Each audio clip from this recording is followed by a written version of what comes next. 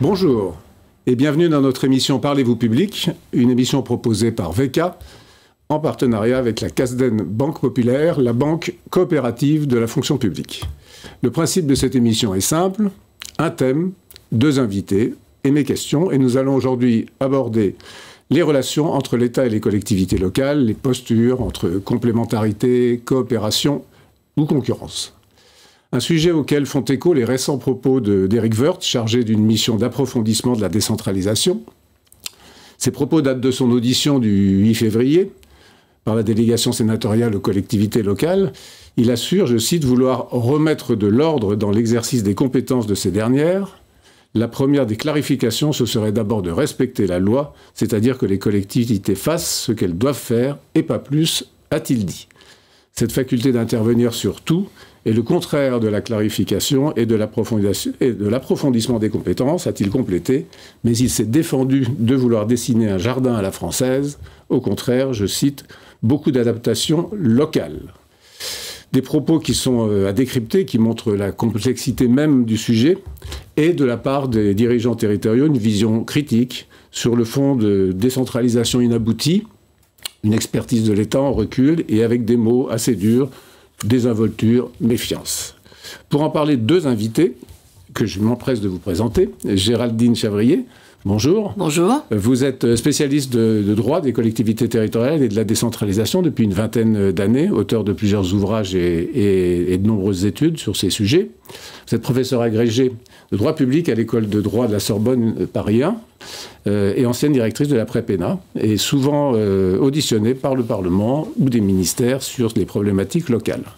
Rémi Berthier, après un début de carrière dans le privé, vous intégrez la fonction publique en 2003, je crois, et des postes variés de direction à la ville de Strasbourg, puis DGS d'une ville pas loin de Strasbourg, ou attenante à Strasbourg, avant d'occuper des fonctions aux ressources, en particulier comme DGA au département du territoire de Belfort, et depuis juin 2022 dans le Val d'Oise.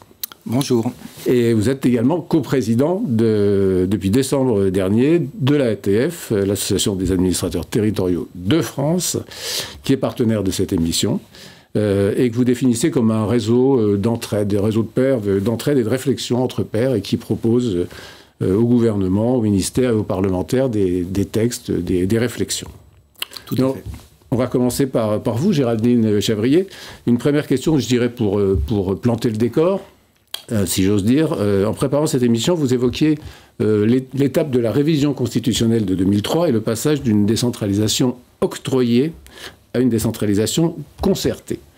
Mais la question qu'on peut se poser, c'est que face à une culture étatique qui est tout de même forte, si je puis dire, est-ce qu'on peut parler vraiment de concertation ? Pas encore, mais c'est finalement toute la nuance et l'intérêt de se référer à cette formule du président Chirac qui souhaitait passer de la décentralisation octroyée à la décentralisation concertée. La décentralisation concertée, c'était une façon pour lui de dire que les collectivités étaient maintenant assez puissantes pour que le fait local s'impose à lui. Et très honnêtement, il faut prendre un peu de recul et se rendre compte qu'il y a une évolution dans la relation entre l'État et les collectivités qui est extraordinaire depuis 2003. Il y a eu le comité des finances locales, c'est quand même très important. Il y a eu le Conseil national d'évaluation des normes et il faut se rappeler que lui, il est saisi de tous les projets de loi et de règlement en lien avec les collectivités locales et qu'il peut donner un avis négatif s'ils ont un impact technique et financier sur les collectivités trop important. Et ça c'est inédit, ça oblige le gouvernement à une seconde délibération. Donc c'est une concertation dans le domaine de la norme qui est chasse gardée de l'État. Ensuite, c'est là que ça devient plus compliqué et c'est là qu'on sent la tension entre la décentralisation octroyée et concertée. Ils se sont désormais contraints de créer des instances de concertation. Mais la décentralisation octroyée, vous savez, c'était le roi qui disait « je concède des prérogatives au Parlement », veut dire qu'en fait, la culture étatique, c'est « je suis le seul légitime à m'intéresser, à décider pour les collectivités locales ». Ce qui fait que la création de l'instance, c'est par exemple la Conférence nationale des territoires. la décentralisation octroyée, c'est l'État choisit le thème, il déroule son discours et repart. Et qu'est-ce que ça donne? Ça donne la politique de la chaise vide par les collectivités avec une médiatisation. Et ça se reproduit, le point d'indice. C'est complètement aberrant, en mois de juillet, de décider de l'augmenter après l'adoption des budgets locaux, sans concertation, comme s'il n'y avait pas de conséquences. Mais derrière, les 3 associations d'élus dénoncent, refont une politique de la chaise vide, et ça contraint l'État à la rentrée d'instaurer un haut conseil des finances publiques locales dont il nous annonce qu'il y aura une égalité entre les collectivités et l'État. Ce qui voulait dire c'est qu'il y a une culture de la négociation qui est en train de naître. C'est-à-dire qu'il y a une obligation par l'État, il ne sait pas faire, mais les collectivités utilisent l'obligation pour contester. Donc ça finira bien par porter ses fruits. Et puis ça oblige un peu l'État à tenir compte de ce qu'il a créé lui-même. Mais pour l'instant, il n'y parvient pas beaucoup, oui. Mais les collectivités le forcent à en tenir compte. Rémi Berthier, d'abord, quel est votre point de vue et quelle réaction par rapport à ça? Je parlais tout à l'heure des propos de décentralisation inaboutie. Il y a aussi le terme, dans le sens inverse, que vous évoquiez également quand on préparait cette émission, de recentralisation rampante, quoi. Comment est-ce que vous vivez ça, vous, à la place où vous êtes? Et vous évoquiez notamment cette notion qui semblerait manquer, un mot qu'on utilise beaucoup, mais dans les faits, qu'est-ce qu'il donne de subsidiarité? Effectivement, moi je trouve que dans le modèle français, il y a quand même quelque chose de particulier, quand on regarde un peu plus largement en Europe, c'est qu'on est à la fois un État très unitaire, et qui revendique que la nation soit unitaire, et à la fois avec ce progrès de la déconcentration, de la décentralisation, parce qu'au départ on a commencé par déconcentrer l'État, et puis depuis 40 ans on décentralise réellement dans les collectivités, donc il y a vraiment ce mouvement-là, et finalement je pense qu'on est toujours dans une crise un peu d'adolescence entre les deux, parce qu'on a quand même un double modèle qui finalement vient réunir deux systèmes qui paraissent s'opposer. Et quand on voit les pays voisins, il y en a qui ont choisi d'aller vraiment sur des États qui restent clairement très unitaires, et d'autres, au contraire, si je prends l'Allemagne, l'Italie, l'Espagne, sur laquelle le modèle de décentralisation emporte beaucoup plus et vient, je dirais, affaiblir l'État central.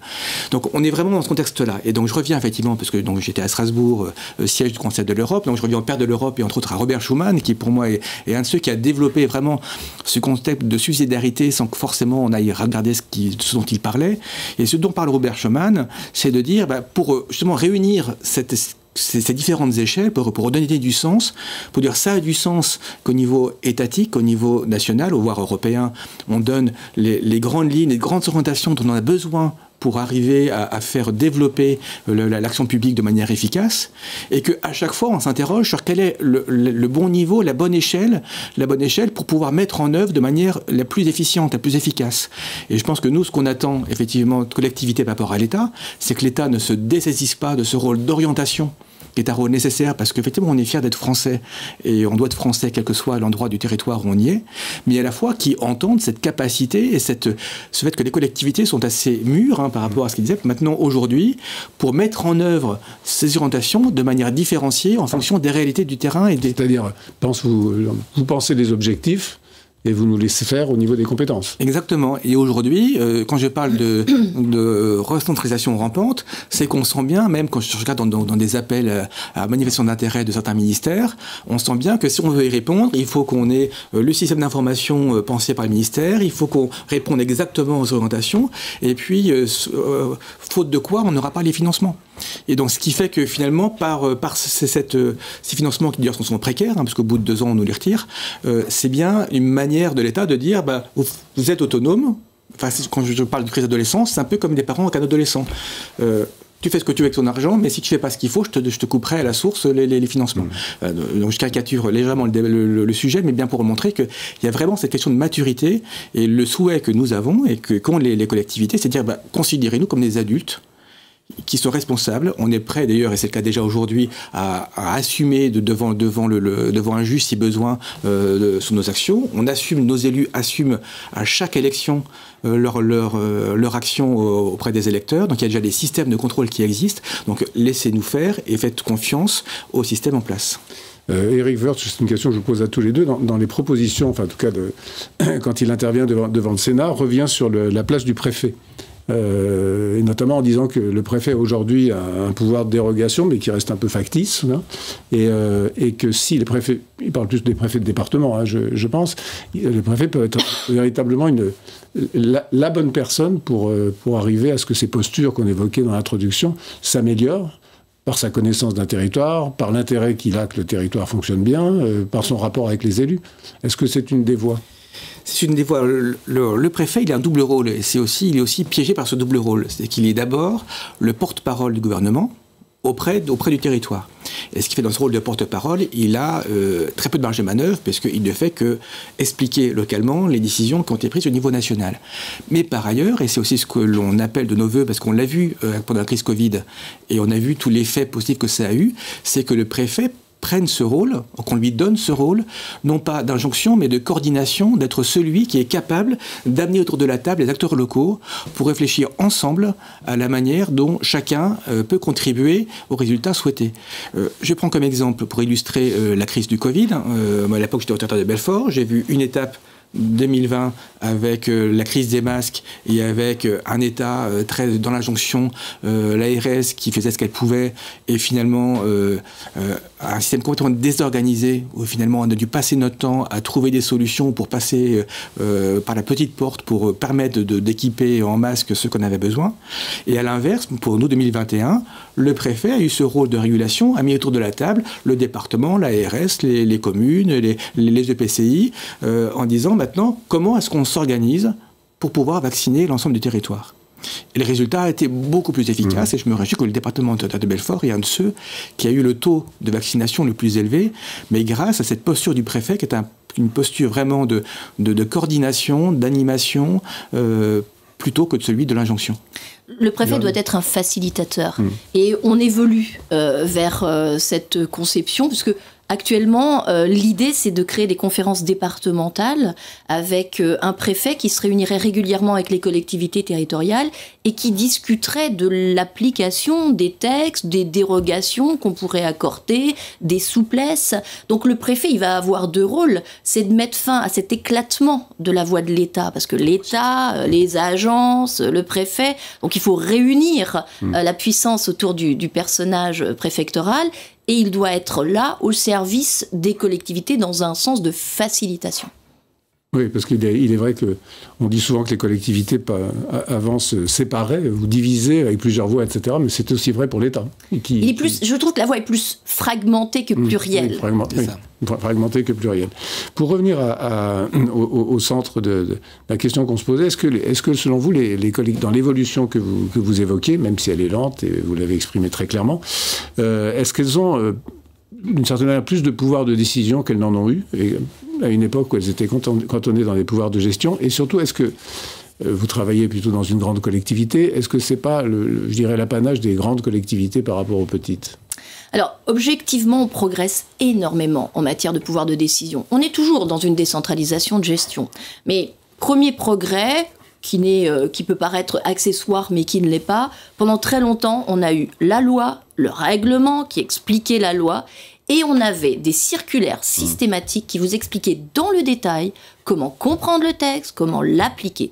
Ça, on y a mis fin. Il reste des circulaires, mais il n'y a plus de systématisation de ce réflexe. Mais surtout, ce qui est intéressant, c'est que dans les années 2010, moi je me souviens, j'accompagnais Région de France, et on allait voir les parlementaires, on allait voir les ministres, et on disait il faut confier aux collectivités un pouvoir réglementaire d'application des lois. De 2010 à 2024, l'idée a complètement pris.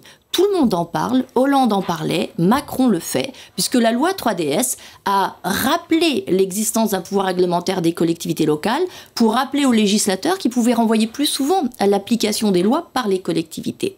Et surtout, ce qui est intéressant, c'est que la loi 3DS a non seulement permis aux collectivités de demander des dérogations, des compétences différentes, mais elle a créé une procédure pour que les collectivités puissent le demander.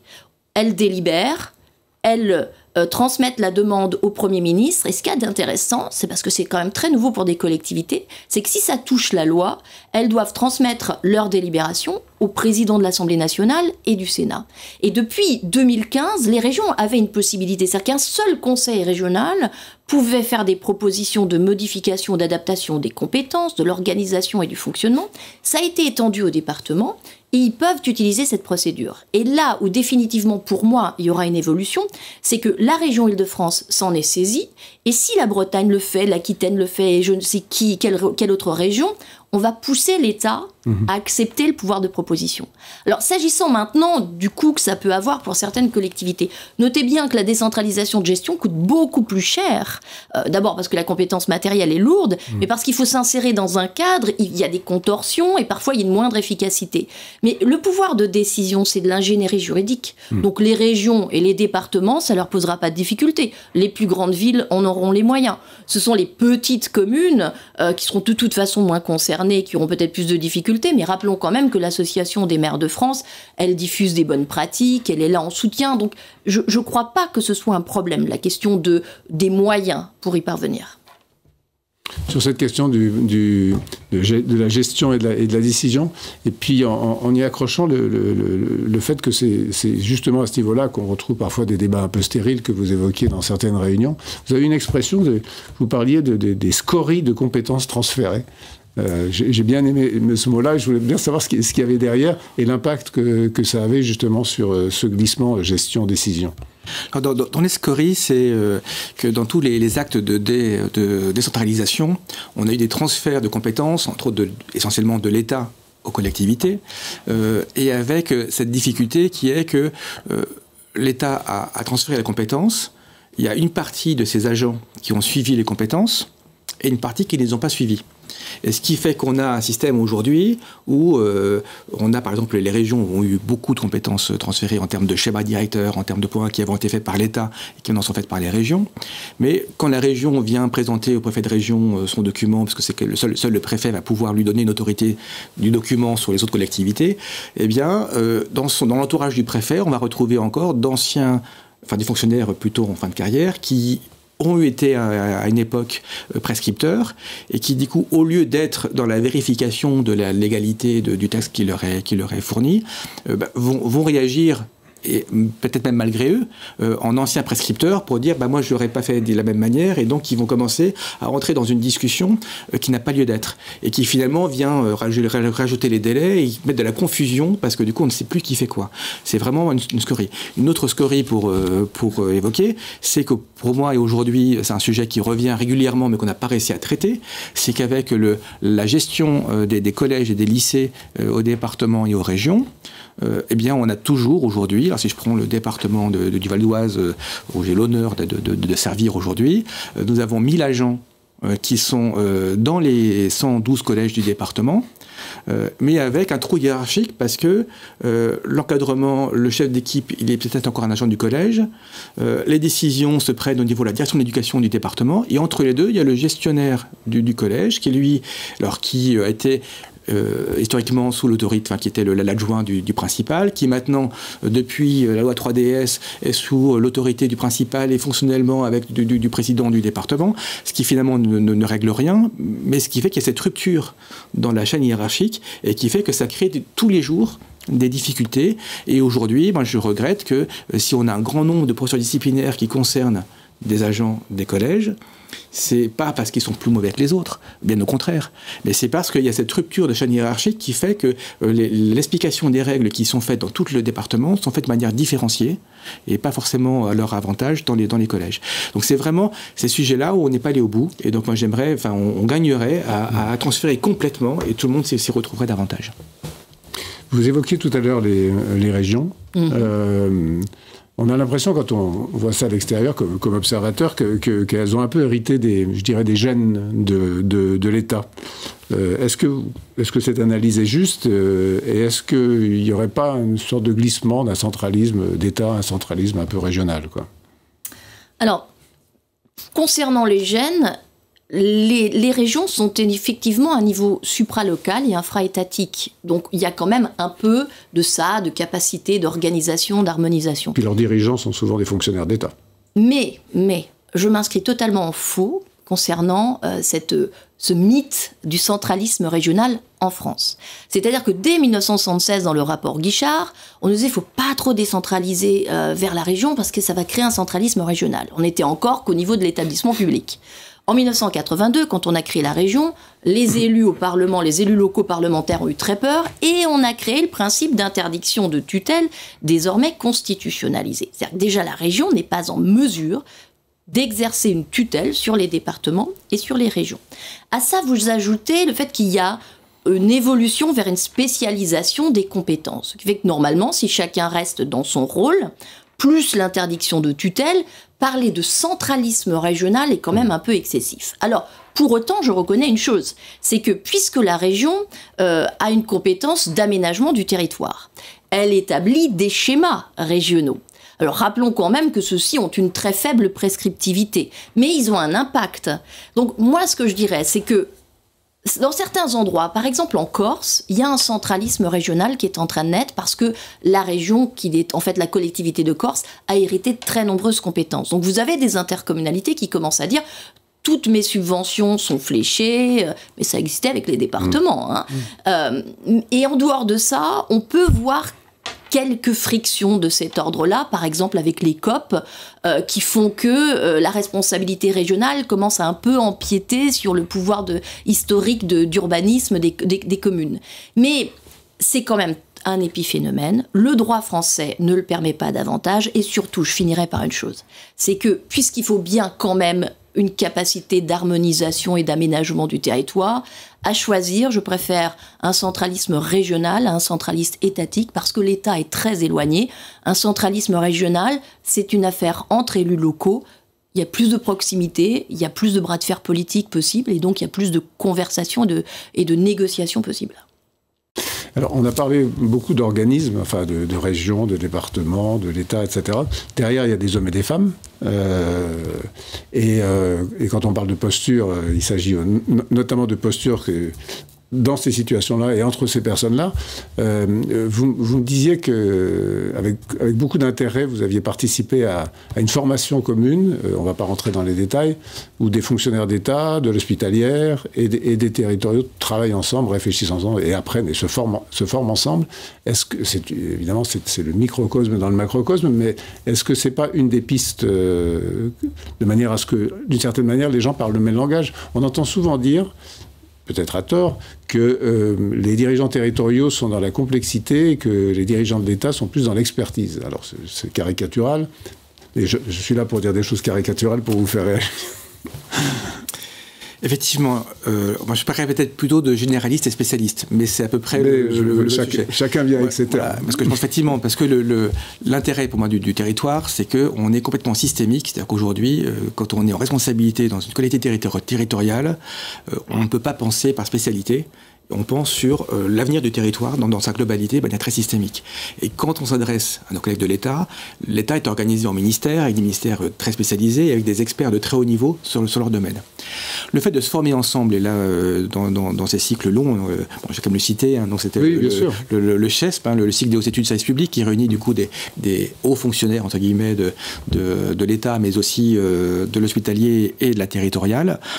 L'intérêt, c'est qu'on est pendant 1 an à se voir 2 jours par mois, en petits groupes très, très mélangés, et on apprend à se connaître.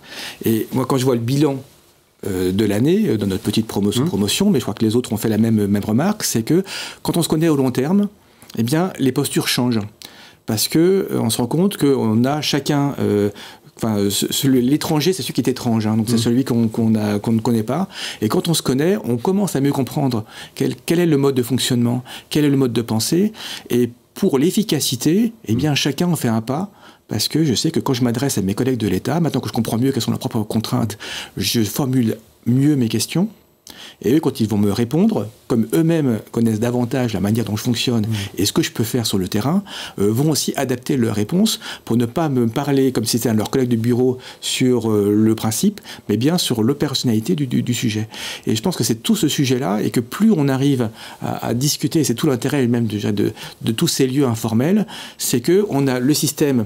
Mais c'est la différence, si je prends Crozier, entre l'organigramme et le sociogramme. C'est-à-dire qu'on a le système qui est prescrit, qui est l'organigramme et qui est le fonctionnement de l'institution tel qu'il est prévu. Et puis il y a le sociogramme, qui est la manière de tout ce qui n'est pas prescrit, mais tout c'est à côté qui fait que parce qu'on se connaît mieux, on se comprend mieux, parce qu'on partage aussi sur nos contraintes et nos opportunités les uns des autres. Et du coup, in fine, c'est bien le sociogramme qui rend efficace l'action voulue par l'organigramme. Ça vous fait réagir, ces propos ? Non, pas spécialement, parce que je pense que je ne suis pas en mesure de le sentir en n'étant pas à l'intérieur d'une collectivité territoriale, mais évidemment, ça me paraît d'une logique implacable. Il y a un dernier point que j'aimerais bien aborder, parce que malheureusement le temps passe, c'est plus sous un angle financier. C'est-à-dire qu'on parle c'est la question d'autonomie financière, c'est des collectivités locales. Beaucoup d'élus regrettent de n'avoir qu'une vision, je dirais, annuelle, quasiment à l'année, est conditionnée par la loi de finances. Est-ce que le fait que les dirigeants des collectivités, élus comme DGS et comme administration, ayant une vision un peu plus pluriannuelle, si je puis dire, est-ce que c'est quelque chose qui pourrait changer justement dans la manière de travailler ensemble entre les collectivités et l'État ? Alors c'est sûr que dans les années passées, je dirais, on a eu quelques nuages qui sont passés sur cet horizon-là, et c'est vrai que les collectivités ont été très marquées par les contrats de Cahors en particulier, qui avait un système où globalement on leur dit vous faites ce que vous voulez, mais comme de toute façon on va serrer l'argent de poche, si je prends mon image tout à l'heure à la source, vous faites ce que vous voulez, mais de toute façon vous ne ferez pas plus que ce qu'on vous laissera faire, en termes financiers. Il est vrai que les collectivités, même en ingénierie financière, ont beaucoup progressé. Aujourd'hui, il y a quand même une capacité dans les grandes collectivités, que les plus petites collectivités sont aussi davantage accompagnées qu'elles ne l'étaient auparavant, et qui fait qu'il y a cette maturité qui fait qu'aujourd'hui, moi aujourd'hui, quand je prépare un budget pour une année, j'ai fait de la prospective à 5 ans. Et ce qui fait que quand je fais mon projet, mon budget prédictif 2024, il essaie d'être cohérent avec ce qu'on peut voir en perspective jusqu'en 2029. Et aujourd'hui, donc on a des choses qui sont vraiment financièrement, je pense, beaucoup mieux construites, plus construites. On a qui est plus réaliste, mais qui est aussi plus serré, parce qu'on est dans des contraintes fortes qui fait qu'on a une marge de manœuvre. Enfin, en tout cas, on prévoit moins d'aléas, c'est-à-dire qu'on a moins de dépenses imprévues, on a des budgets beaucoup plus sincères qu'ils ne l'étaient, et que du coup, à chaque fois que déjà l'État, on a parlé tout à l'heure du point d'indice, vient en cours d'année modifier l'économie générale des finances sur une année en cours, forcément les collectivités sont en difficulté parce qu'on ne l'avait pas budgété initialement. Et puis globalement, nous on pense de plus en plus, en investissement déjà, la programmation pluriannuelle d'investissement est devenue un outil absolument banalisé, parce qu'on ne peut penser l'investissement qu'à moyen long terme, souvent même au-delà du mandat électif en cours, donc on est vraiment sur du long terme. Et pour nous, déjà de se dire que les engagements de l'année soient bien des engagements qui soient fermes, définitifs, et qu'on n'y revient pas, ça serait déjà un vrai progrès, et qu'on ait une vision pluriannuelle sur des engagements, en disant pas forcément tous les engagements, mais que certains engagements soient gravés dans le marbre pour dire pendant 3 ans, on s'engage à ne pas toucher telle recette, par exemple, que l'État nous propose. Eh bien, c'est bien des éléments qui vont permettre aussi, encore une fois, de mieux professionnaliser nos finances publiques. Géraldine, sur ce sujet. En fait, c'est une question vraiment très complexe sur un plan juridique. C'est-à-dire que la situation des collectivités est insupportable, il n'y a pas de prévisibilité, il n'y a pas de stabilité. Donc l'idée de la loi de financement pluriannuelle des collectivités locales a émergé. Toutes les associations d'élus y pensent, et pourtant on ne le fait pas. Et si on ne le fait pas, c'est que c'est beaucoup plus complexe que ça. D'abord, il y a le problème de l'articulation avec la loi de finances. Donc, toute loi de programmation pourra de toute façon être défaite par la loi de finances, et la loi de finances devra en tenir compte, c'est quand même assez complexe. Mais surtout, la plus grosse difficulté, c'est qu'il y a un principe de libre administration des collectivités territoriales qui suppose une certaine liberté de dépense. C'est de moins en moins souvent le cas, mais normalement, constitutionnellement, elles en disposent. Et lorsque vous créez une loi de financement, si l'État prévoit des financements, c'est qu'il prévoit des dépenses. Et c'est une occasion pour lui de commencer à s'insérer dans la décision de la dépense locale, éventuellement d'en profiter, alors pas d'arriver jusqu'au contrat de Cahors, mais pour en profiter, pour orienter, pour poser des contreparties. Donc il y a une crainte, il y a un besoin de visibilité, de stabilité, il y a une crainte de perte en matière de libre administration. Donc pour moi, honnêtement, la solution, c'est plutôt de créer des verrous constitutionnels concernant l'autonomie financière, qui n'est pas forcément un principe facile, mais il faut certainement mieux le définir pour pouvoir protéger davantage les collectivités. Verrous constitutionnels, comme par exemple ?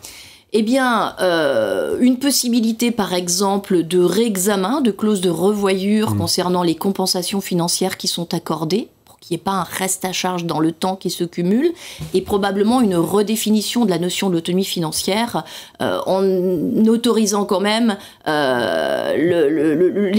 l'impôt local avec une capacité de voter le taux, parce qu'on ne peut pas considérer que c'est une ressource autonome quand on ne peut pas voter le taux. Donc si on changeait déjà ces deux éléments, on pourrait avancer énormément. Un dernier mot. Pour revenir sur ce dernier point, effectivement, le pouvoir de taux des collectivités, ça nous paraît absolument essentiel parce que l'acceptabilité du niveau de dépenses publiques au niveau local a une granularité qui fait que l'élu local, il est devant ses citoyens, devant ses électeurs, et quand il propose une augmentation des taux, il le propose avec un projet qui est acceptable par sa population. Et donc ça, effectivement, le local le fait mieux que le global. Ben, c'est sur ces propos et ces pistes que va se terminer cette émission. Merci beaucoup à tous les deux. Merci beaucoup à la CASDEN et à VECA de nous avoir permis de faire cette émission et la participation de l'Association des administrateurs, et à bientôt.